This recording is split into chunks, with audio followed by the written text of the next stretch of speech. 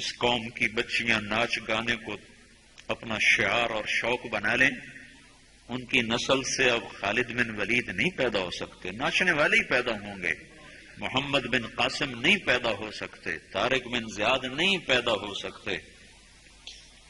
یہ جلسے جلوس نکل رہے ہیں نا توہین رسالت پر، تو مجھے اس پر اور رونا آ رہا ہے کہ یہ دیوانے کیا کر رہے ہیں، اپنی دکانیں جلا رہے ہیں، اپنے ہی گھر جلا رہے ہیں، غریب لوگوں کے موٹر سائیکل جلا رہے ہیں۔ مجھے صلاح الدین یاد آیا اور میں بہت رویا، وہ بھی کسی ماں کا جنا ہی ہوا تھا۔ اس کے زمانے میں کرک، ایک ہمارے پاکستان میں کرک ہے، ایک اردن میں کرک ہے، اونچی پہاڑی پر وہ شہر ہے، بڑا دشوار قلعہ ہے۔ اس پر ایک حکمران تھا عیسائی، اس کا نام تھا ریجنالڈ۔ تو کرک کے قریب سے قافلے گزرتے تھے حج کے، تو اس نے ایک دفعہ حاجیوں کے قافلے پہ حملہ کیا اور کہنے لگا بلاؤ اپنے محمد کو تمہاری مدد کرے، اور سارے حاجیوں کو تعطیق کر دیا۔ اور دوسری دفعہ اس نے بحری بیڑا تیار کیا اور مدینے پر حملہ کرنے کے لیے وہ بندرگاہ تک پہنچا ینبو کی، لیکن موسمی حالات سازگار نہ تھے تو واپس ہو گیا۔ تو حطین کی لڑائی ہوئی ہے فلسطین میں، جس میں سارا یورپ اپنی طاقت کے ساتھ میدان میں اترا تھا، اور ادھر تنہا صلاح الدین ایوبی رحمت اللہ علیہ اکیلا اس لشکر سے ٹکرایا تھا، اور انہیں اس میں ساری رومن امپائر کو شکست ہوئی تھی، تو بڑے بڑے بادشاہ اس میں گرفتار ہوئے، تو اس میں ریجنالڈ بھی گرفتار ہو کے آیا۔ تو کوئی 12 بادشاہ تھے ریاستوں کے جو سامنے اس کے پیش کیے گئے، تو پیاس کی شدت سے سب کا برا حال تھا، تو صلاح الدین نے سب کو پانی پیش کیا، ریجنالڈ کو نہیں پیش کیا۔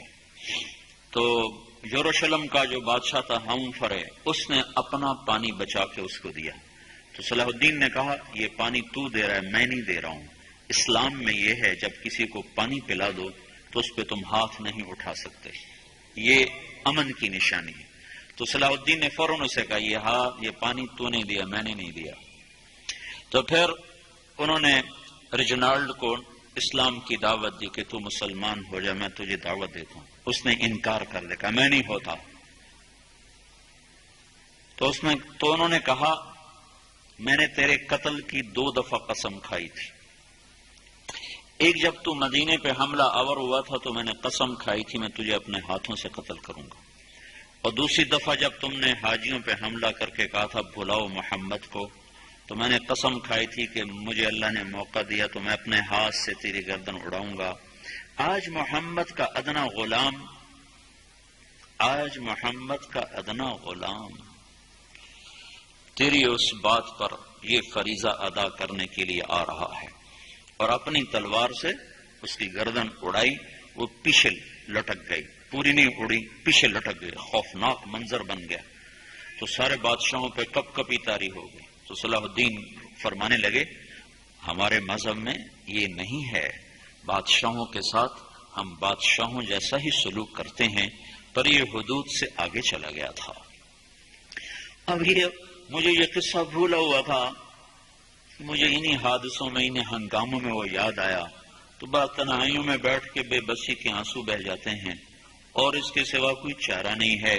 ہماری ساری نسل موسیقی میں ڈوب چکی ہے، جو بدن سرتال پہ تھرکتے ہوں، جو بدن موسیقی کے اوپر ہلتے ہوں، رقص میں آتے ہوں، ان پہ کانٹے ہی اگیں گے، ان پہ صلاح الدین کا پھول نہیں اگ سکتا، ان میں محمد بن قاسم کے پھول نہیں اگ سکتے۔ بانجھ ہو گئی ہے ہماری نسل، اور یہ یورپ کا سحر ہے جو چل گیا ہے، ہماری بے بسی ہے، ہماری بے بسی ہے۔ میں تو بس منت ہی کروں گا اپنے آپ کو پہچانو، اپنی ہستی حیثیت کو پہچانو، اپنی نسبت بدلو۔ تمہاری نسبت یورپ کے ساتھ ہو کے اگر موت آئی بے قیمت ہو جائیں گے، اگر مدینے والے کی نسبت مل گئی تو حضرت فاطمہ کے دائیں بائیں تمہیں بھی کھڑا کر دیا جائے گا، حضرت خدیجہ کے دائیں بائیں تمہیں بھی کھڑا کر دیا جائے گا۔ یہ چند دن ہیں، صبر کر لو، گھٹ گھٹ کے مر جانا ہی بیٹیوں کی روایت ہے۔ مشرق کی بیٹی اس نے گھٹ گھٹ کے مرنا ہی سیکھا ہے۔ ہاں، یہ آزادی، یہ آوارگی، یہ مغرب کی عورت کا خاصہ ہے۔ اور 18ویں صدی تک مغرب میں بھی کوئی عورت ایسے ننگی نہ تھی، اور گھر کی زندگی تھی۔ 1792 میں لندن میں ایک عورت تھی، میری والسٹون کرافٹ، اس نے آزادی نسواں پر سب سے پہلے کتاب لکھی تھی کہ عورتوں کو آزاد کیا جائے۔ اس آزادی کا زہر ہے جو آج بھرا ہوا ہے۔ پھر اسی لندن میں 1792 1998 200 سال گزرے کہ اسی انگلینڈ کا سروے کیا گیا، عورتوں سے پوچھا گیا تم گھریلو خاتون بن کے رہنا چاہتی ہو جو اسی طرح جیسے آج زندگی ہے؟ 98% عورتوں نے کہا ہم گھر کی خاتون بن کے رہنا چاہتی ہیں، لیکن ہمیں خاوند میسر نہیں ہے، ہمیں بوائے فرینڈ ملتے ہیں جو ٹیشو پیپر کی طرح مسل کے ہمیں پھینک دیتے ہیں۔ تو اس غلاظت کا انہیں بھی پتہ چل چکا ہے، لیکن اب وہ نکل نہیں سکتے۔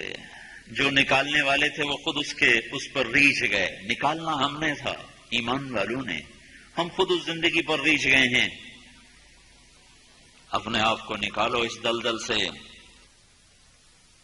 ہماری بیٹی کی عزت یہ نہیں ہے کہ وہ زینت محفل بن کے بیٹھی ہو، ہماری بیٹی کی عزت یہ ہے کہ اس کا نوخن بھی نظر نہ آئے۔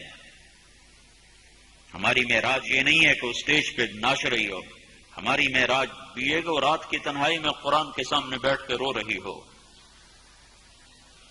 مجھے یاد ہے بچپن میں ہم چھوٹے چھوٹے تھے، ہمارے باپ ہمیں زبردستی مسجد لے جایا کرتے تھے، تو گھر گھر سے قرآن کی تلاوت کی آوازیں، گاؤں چھوٹا سا، عورتوں نے قرآن کھولے ہوتے تھے اور بیٹھ کے پڑھ رہی ہوتی تھی۔